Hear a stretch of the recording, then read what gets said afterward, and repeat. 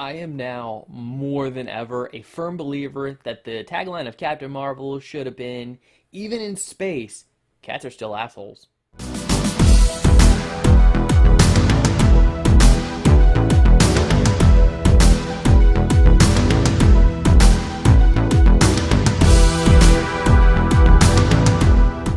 What is going on, everybody, and welcome to Joe's Geek Show, the video series where we discuss and talk about all things comic book. So Captain Marvel is a 2019 film that is the next installment in the ever so popular Marvel Cinematic Universe that preludes, of course, Avengers Endgame. It is directed by Anna Boden and Ryan Fleck and stars Brie Larson, Samuel L. Jackson, Ben Mendelsohn, Jude Law, Annette Bening, and Lashana Lynch. So at the start of this movie, we have Brie Larson playing a Kree soldier named Veers. She is part of a Special Forces Kree unit that goes out and runs missions because there is this big intergalactic war between the Kree and the Skrulls, a green-skinned reptilian-like alien that is able to shapeshift to blend in and infiltrate. During one of these missions, Veers is separated from the rest of her group and she ends up on Earth, where she meets an earlier version of Nick Fury who still has both of his eyes. The two then team up to try and find whatever it is that the Skrulls are looking for, all the while being hunted down by Talos, the Skrull played by Ben Mendelsohn. And along the way, Veers runs into evidence that she is not exactly Kree, but rather she is from Earth and her name is Carol Danvers. So that's where we have the majority of the movie, which is sort of this buddy cop duo kind of film between Carol Danvers and Nick Fury, as they're really going from point to point to point to point to try to figure out, what it is the Skrulls are looking for and where it is,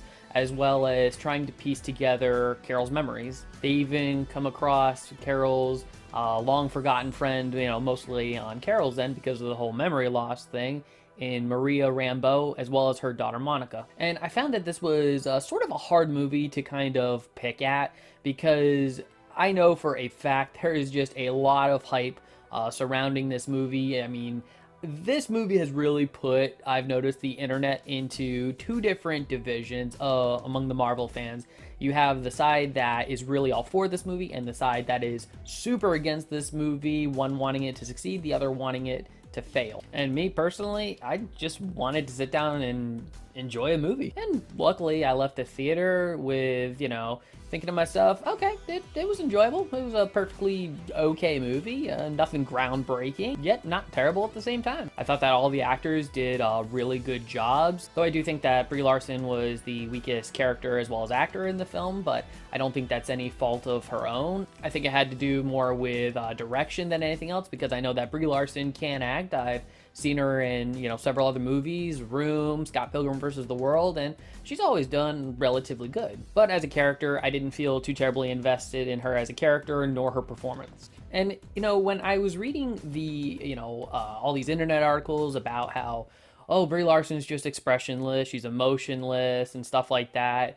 no, that's not true at all. She does try to crack jokes that are written into her dialogue, which most of the times I feel just don't work. However, the expressionless thing, again, I think that's definitely a direction that the filmmakers wanted to take, because really it's all of the Kree soldiers that are like this. Jude Law, he's also, that sort of emotionless commander type of character, as well as the rest of her little Space Force posse. They're all pretty expressionless for the most part, but they do have, friendly little banter back and forth right at the beginning of the film. As far as the visuals go, this is a Marvel movie. We are now 20 movies deep into the Marvel Cinematic Universe. I had no trouble with the look of this movie. I thought that the color grading worked, the special effects were decent, and what you come to expect, except for that one scene that seems to be in every superhero movie these days, which no matter what they do, just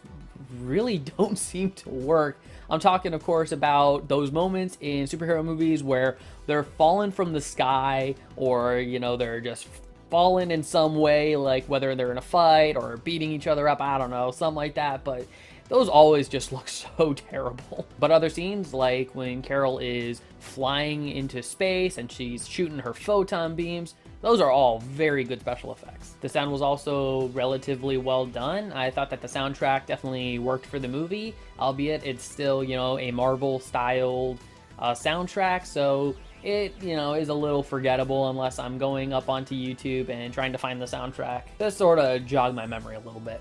Overall, I would say that, this movie is a bit of a mixed bag.